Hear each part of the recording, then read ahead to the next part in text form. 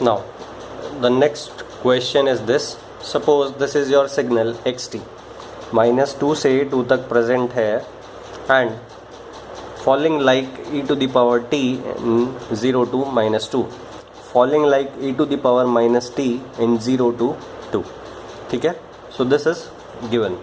Now at 0, what is this? Put t is equals to 0, you will get this particular amplitude, that means e to the power 0, that means 1. Now at 2, what is the amplitude? E to the power, put 2, e to the power minus 2, and at this you will get e to the power t at -2 means e to the power -2. So ये दोनों same level पे हैं. This point and this point are at same level. ठीक है. Now what is the Fourier transform of this if A, B, C, D are the options? Which option is correct? ये आपसे पूछ रहा है. ठीक है. Now अब क्या है कि ये e to the power -t ut का आपको फोरियर ट्रांसफॉर्म पता है. ठीक है.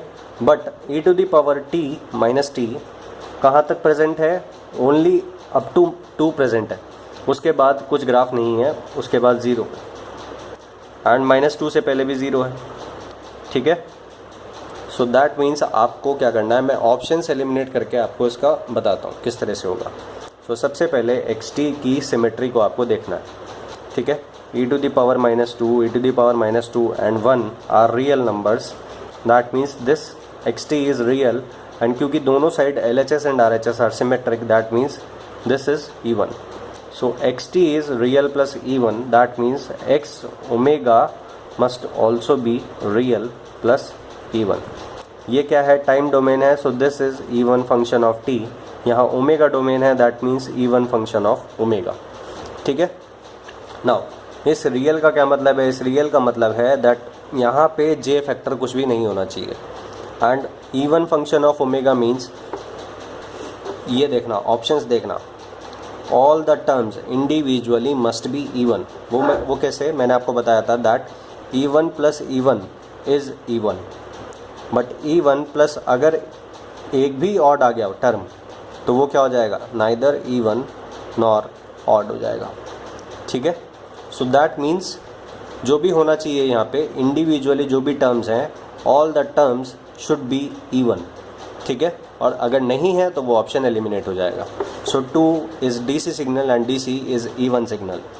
This is a constant e to the power -2 constant, so इसको छोड़ दो. Sine of 2 omega.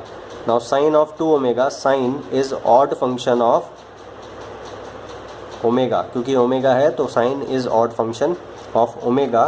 तो ये क्या हो गया? ऑड हो गया. ये इवन हो गया. एक भी ऑड आ गया तो ख़त्म हो गया option.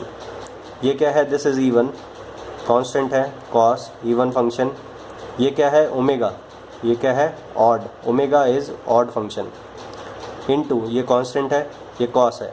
Odd into even is odd, तो ये भी ऑप्शन एलिमिनेट हो गया. ठीक है. नाउ इवन हुआ, ये कांस्टेंट है, ये भी इवन हुआ. Omega into sine, odd into odd is even. ठीक है. सो तीनों टर्म इवन है, दैट मीन्स ये ऑप्शन करेक्ट हो सकता है. ठीक है.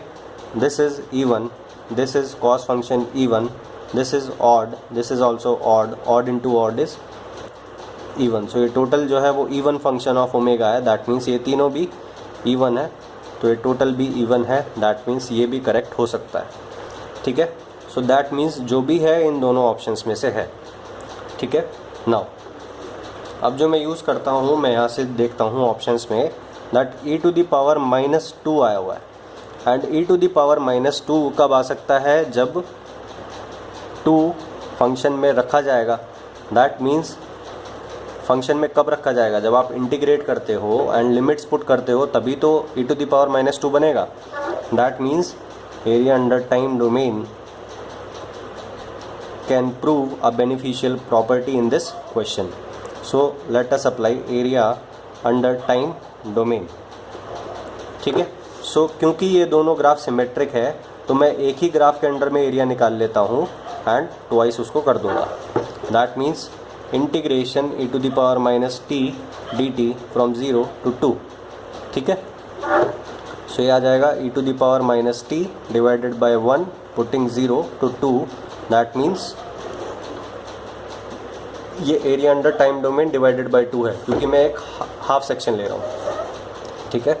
सो e⁻² माइनस 1 पुट करोगे तो कितना आएगा, ये माइनस भी है साथ में, ठीक है, ये माइनस साइन मैं यहाँ पे लिख देता हूँ। 2 पुट करा तो e⁻²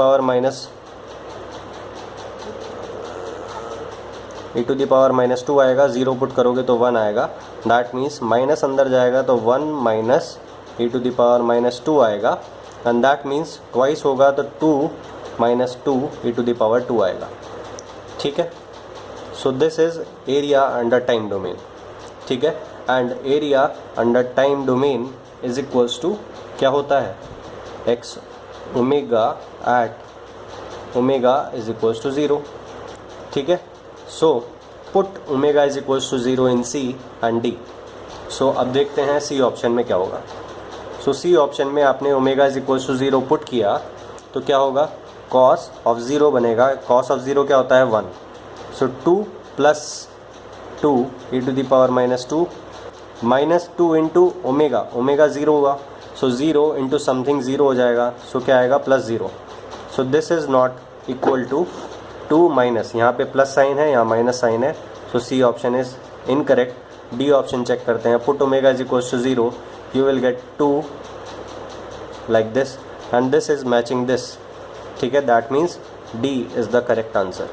सो आपने देखा कि किस तरह से ये property and this property apply करने के बाद आपने ऑप्शंस को एलिमिनेट करके D ऑप्शन को आंसर निकाल लिया।